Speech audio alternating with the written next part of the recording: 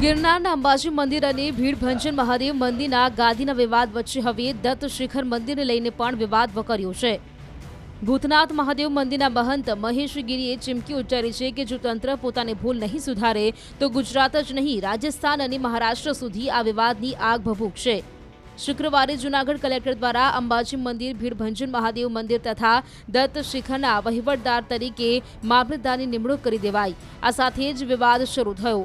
મહેશ ગીરીનો દાવો છે કે દત્ત શિખરની ગાદીને લઈને કોઈ વિવાદ છે જ નહીં તો વહીવટદાર શા માટે નિમાયા। હવે દત્ત શિખર મંદિર ટ્રસ્ટના ટ્રસ્ટી નાના પીર બાવા મહંત હિમાંશુ ગીરી પણ મેદાનમાં આવ્યા અને તંત્ર પર પ્રહાર કર્યા।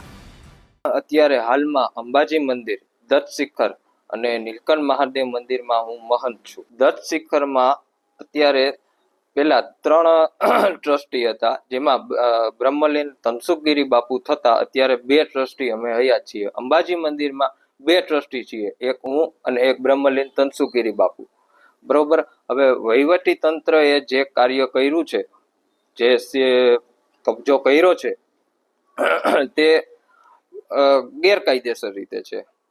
જે ગુરુ દત્તાત્રેય દત્ત શિખર અંબાજી મંદિરમાં વહીવટી તંત્રએ નથી અમને જાણ કરી કે નથી એની અમને કોઈ પ્રકારની નોટિસ મળેલી। જ્યારે ગણપત બાપુની હયાતી હતી ત્યારે ગણપતગીરી બાપુનો હું શિષ્ય હતો, જેનું એને વીલનામું કરેલું છે, તેના મારી પાસે બધા પુરાવા છે। આ જે વહીવટ તંત્રએ કાર્ય કર્યું છે તે ગેરકાયદેસર રીતે છે।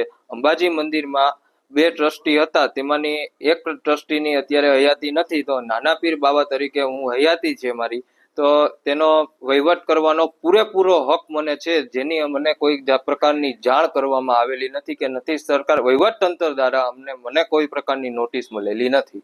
હિમાંશુ ગીરીના દાવા પ્રમાણે દત્ત શિખર મંદિરમાં 3 ટ્રસ્ટીઓ હતા, જેમાંથી તનસુખગીરી બાપુ બ્રહ્મલીન થતા હવે 2 ટ્રસ્ટી છે।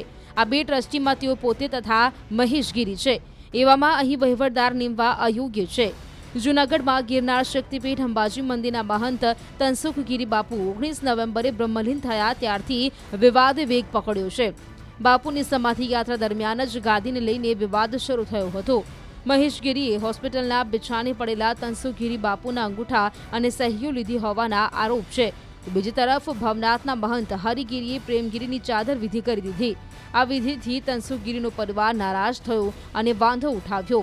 વચગાળાના માર્ગ તરીકે તંત્ર દ્વારા વહીવટદારની નિમણૂક કરાઈ, જો કે તેમાં દત્ત શિખરનો પણ સમાવેશ થતા વિવાદ સંવાને બદલે વધુ વકર્યો છે।